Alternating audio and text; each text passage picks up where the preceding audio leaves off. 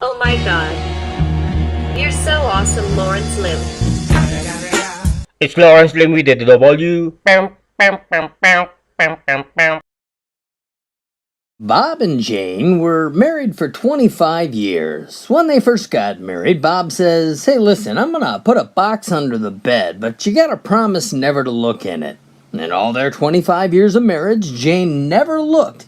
However, on the afternoon of their 25th anniversary, curiosity got the best of her, and she lifted the lid and peeked inside.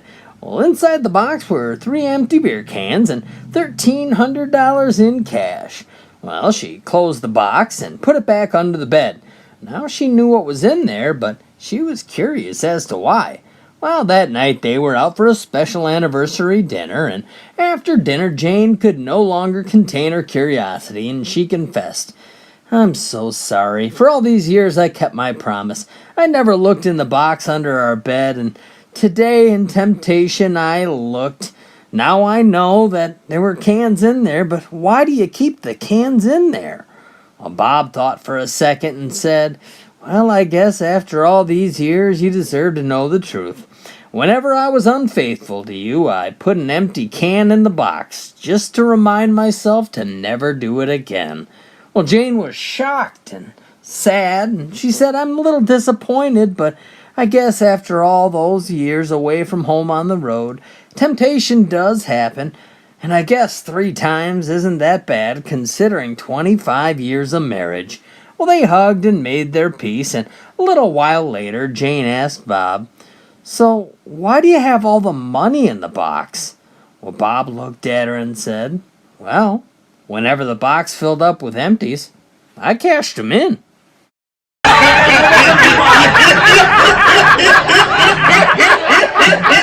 The Bible teaches that you never know that you could be entertaining an angel. So always help people. It might be an angel you helping. So John was out one day walking, drinking water, and he had to use the bathroom. So he stopped inside his McDonald's and went in and used the bathroom. So as he walked up to the urinal, getting ready to use the bathroom, this old guy walked in limping with no arms. He said, "Excuse me, man." He said, "You think you can help me out?" So John was like, "Oh my God." All he had to do was keep thinking about he might be helping an angel. So he reached down, unzipped the man's pants, reached in, grabbed this thing, and held it to the urinal. But as he held it, it felt all slimy. So he looked down. It was all green, slimy with bumps. He was like, "Oh my God." So he tried not to look at it till the man was done. When the man finished, he stuffed it back in his pants, zipped it up. He said, "Man, what the hell is wrong with your thing, man? It's all green and slimy with bumps." The dude took his arms out of his shirt. He said, "Shit, I don't know, but I sure as hell wasn't gonna touch it."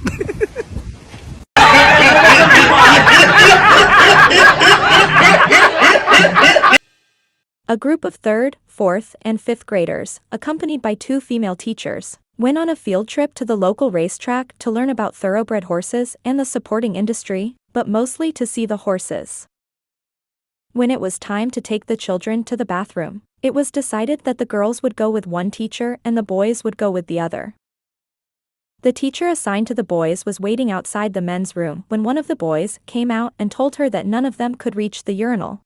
Having no choice, she went inside, helped the boys with their pants, began hoisting the little boys up one by one, and held onto their wee-wees to direct the flow away from their clothes. As she lifted one, she couldn't help but notice that he was unusually well endowed.